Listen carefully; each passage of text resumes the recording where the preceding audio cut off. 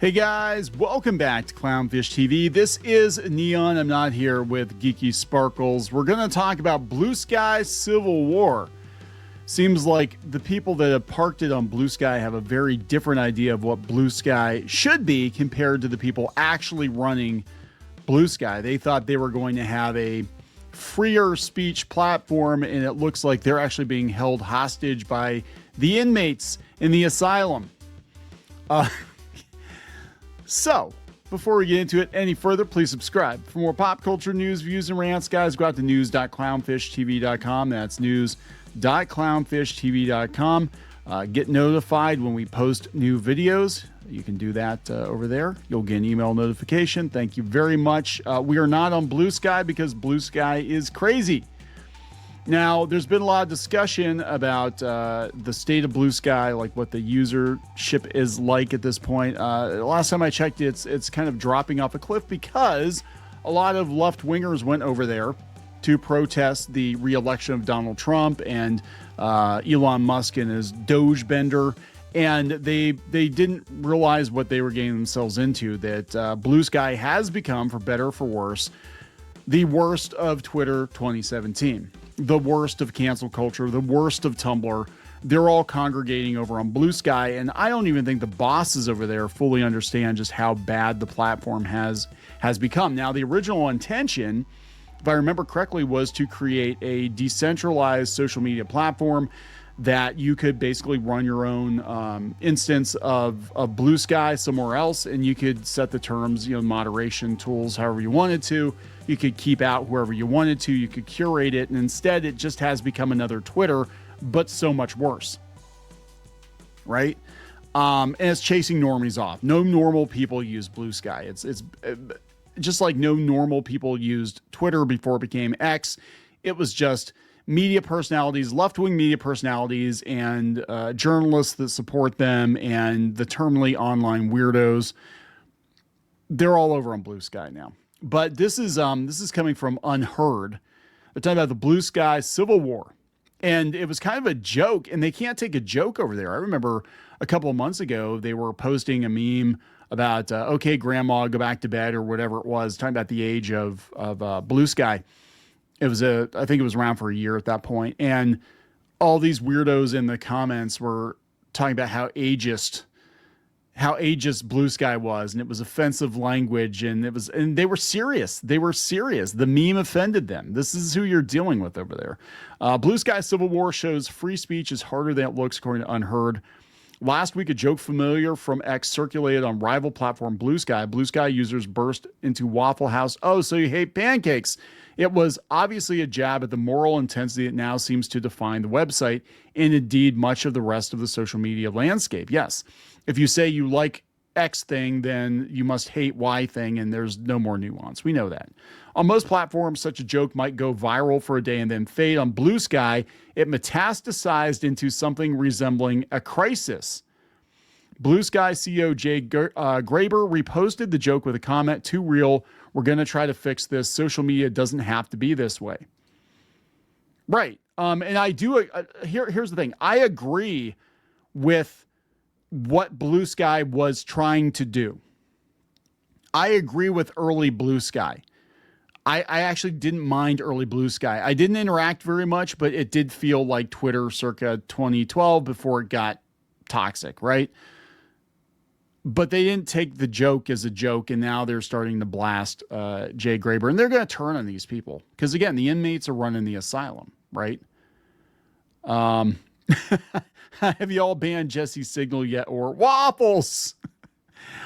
All right. A user shot back by calling for gender-critical journalist and researcher Jesse Signal to be banned from the platform. Graber responded playfully, "Waffles." The word immediately became a meme, invoked as shorthand for everything that feels absurd about BlueSky's internal politics, and revealed a divide over free speech and censorship that is roiling the platform. Yeah, some of these responses are crazy.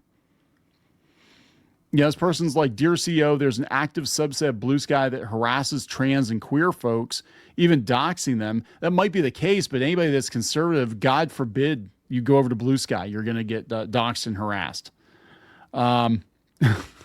Another aesthetic of contemporary fascism these days is making or trying to make a stupid joke out of the plight marginalized communities face along other serious topics, so nobody takes fascists or people pointing them out seriously at all.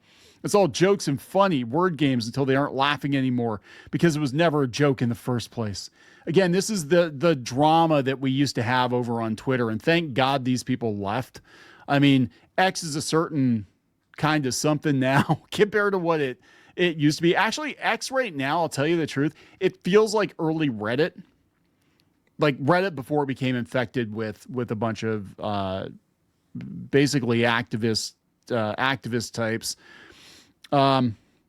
Chris said, or maybe it's being yelled at about some problem repeatedly while the topic was in fact a meme that mentioned waffles. So their response so far has been to make it worse than keep doubling down. So I don't know what you expect. So basically, BlueSky can't take a joke. And waffles has become the line too far, I guess. Right? Oh my God, they're going on there. Everything is deathly serious. Turns out when you're more worried about decorum than Nazis, you get Nazis. Wish we had some sort of historical precedent for that. Maybe another text-based social media platform. This is you. Wait, this person says, turns out spammers care more about their ability to derail a conversation to their pet topics rather than use the tools available to moderate Nazis into oblivion. Yeah, if you don't like certain people, you can actually moderate them out of oblivion or to oblivion and beyond or whatever. The goal of BlueSky, as I remember, and it seems like they've really gotten away from that, was to basically let you have your own version of BlueSky, and nobody is smart enough to know how to do that. Over here, they're dumb. They want a free platform where they can spout off all damn day because a lot of these people don't have jobs. A lot of them are terminally online. A lot of them have mental problems. No joke. I'm not joking about that. Waffles. But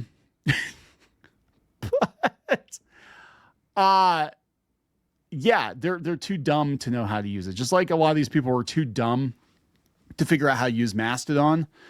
But you could have your own private BlueSky, my blue heaven, and you could let, certain people in and keep certain people out. Whatever you want to do, man. Whatever you want to do, just like hosting a forum or, having a Discord or whatever. But again, they're too stupid. They're too lazy. They don't want to do it. Right?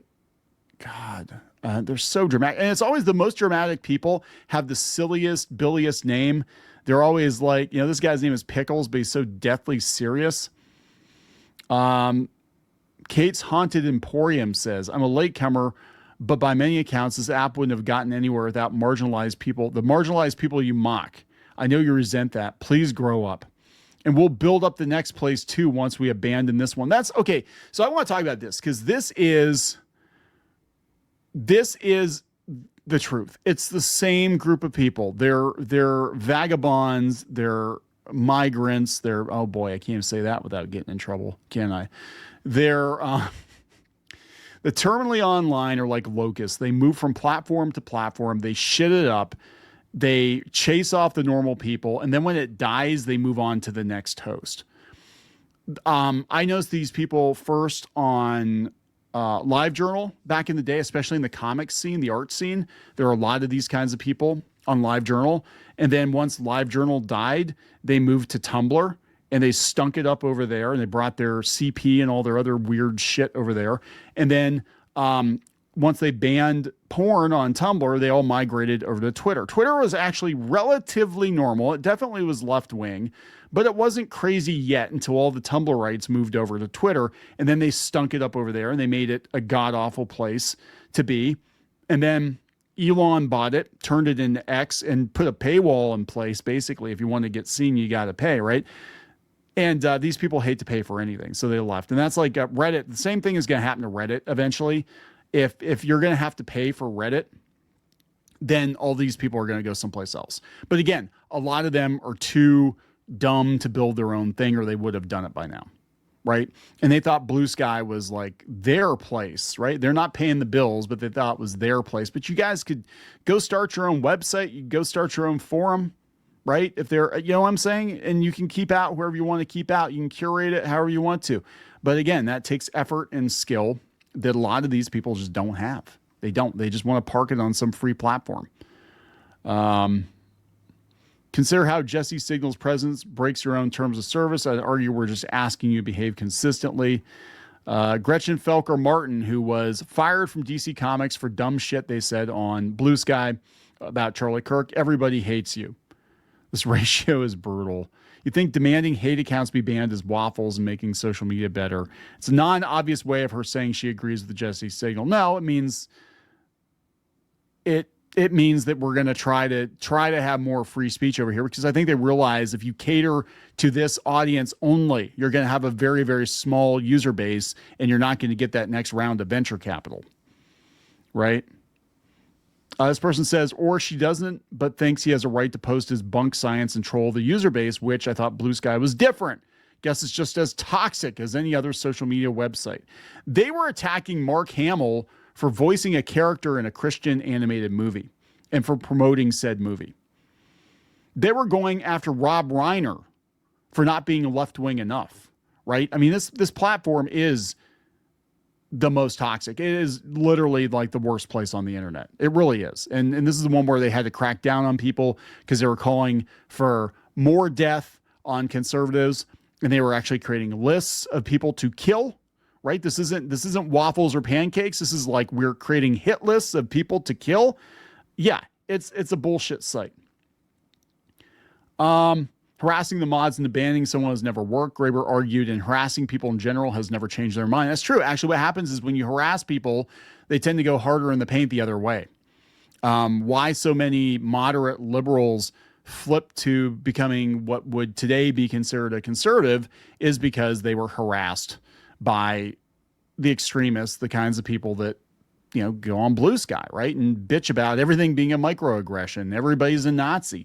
On a different platform, this might have been received positively, yet almost since its inception as an independent company in 2021, having previously been affiliated with Twitter, Blue Sky has provided a more hostile environment for defense of free speech.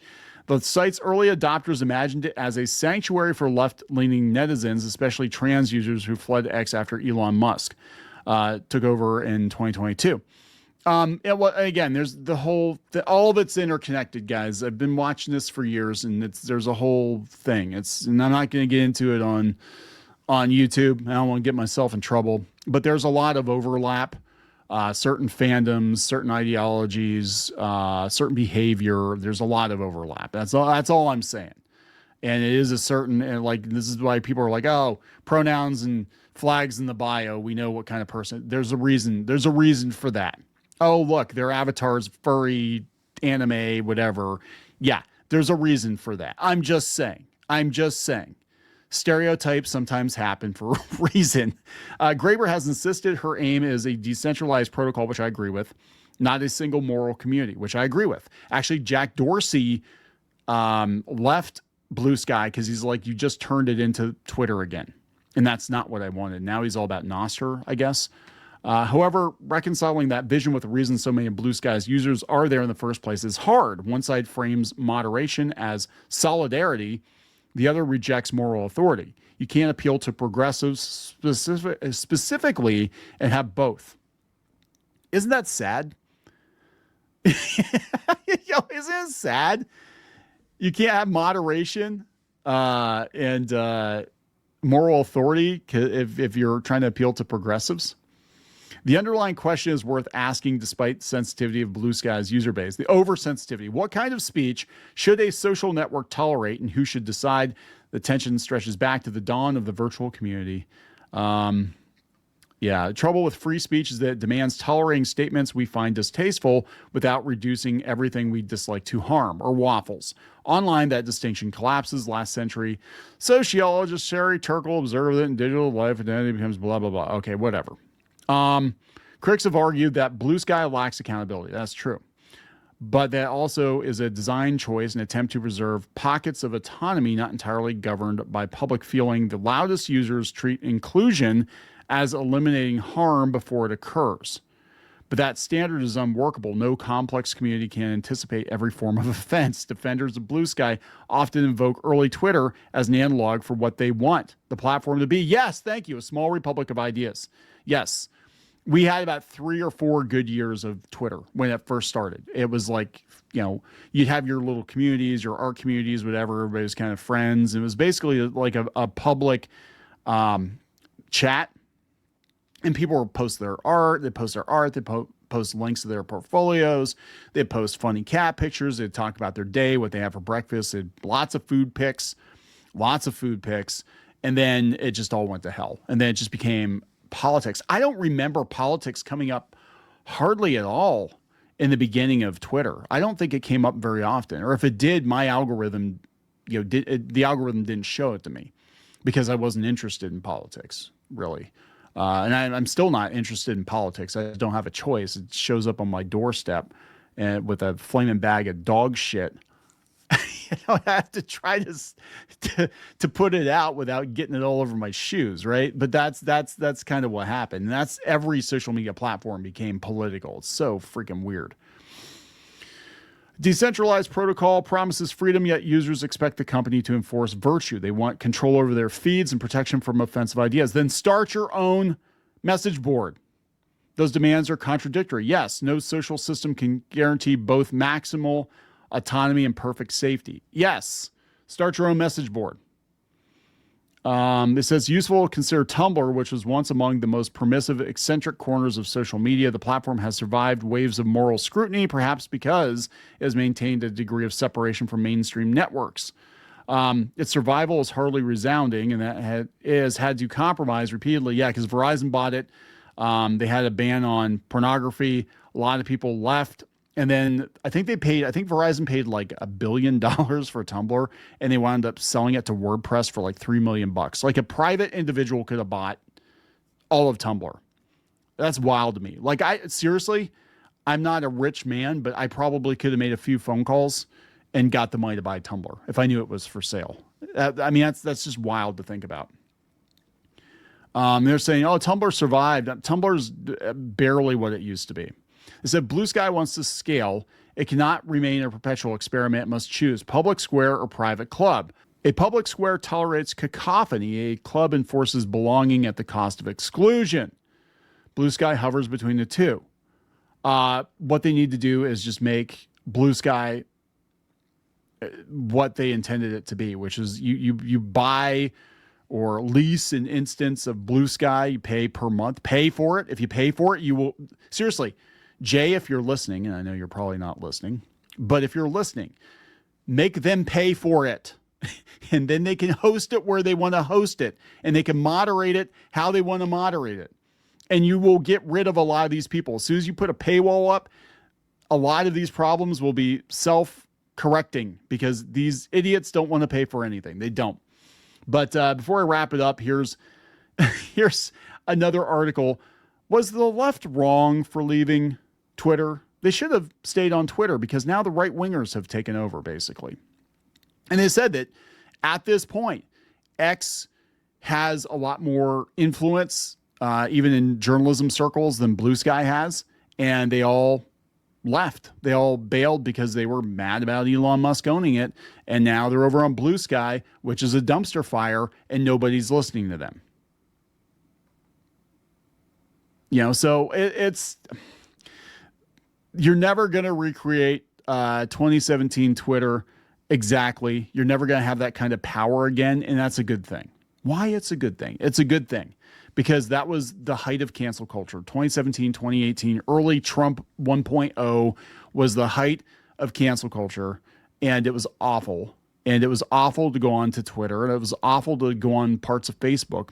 Still is now. But it's not as bad as it used to be, thankfully. But yeah, they want to live in their echo chamber, and that's it. We'll make them pay for the echo chamber, right? You don't have to. The CEO of BlueSky does not have to put up with the abuse from these people, right? I just got to see what some of these quotes are. Hey, Jay, will you ban me if I make a moderation list called Waffle Haters? Or does that only go for lists called transphobe, Nazis, or posters of AI slop? How is this a solution?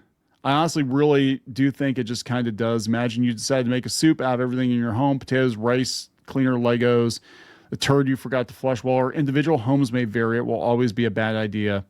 It will still taste bad. Yeah, what Jay and the team have looked straight past is what she initially retweeted. Jerry's joke served the social function of stigmatizing waffle posting behavior. Humor is how communities both police and endure what she calls toxicity. God, they have no sense of humor, no self-awareness. So they're going to leave. And they were already mad because they weren't allowed to post death threats and stuff. Someone was asking me to explain the recent turmoil on the site, says civil disorder. When I was pulling up receipts, God, so 2017. When I was pulling up the receipts, I realized this post here is extremely damning. Jay is literally denouncing the user base of BlueSky, the user base that gives its legs and validity as a platform because she wants to appease the Nazis. Again, the original purpose of BlueSky was to create decentralized Twitter-like functionality across the internet and let people moderate their own shit. And I think if they're going to survive, I think they need to do that. I think they need to be like, you know what? You want a safe space, you're going to have to pay for it. $20 a month, $25 a month. You can have your own safe space. There you go. But they're going to go to Discord or something. You know what I'm saying? Like, at least Discord keeps these communities mostly separated from each other. And I think that's part of the problem with BlueSky, is that it's kind of throwing everybody at each other. But it is very much one kind of person.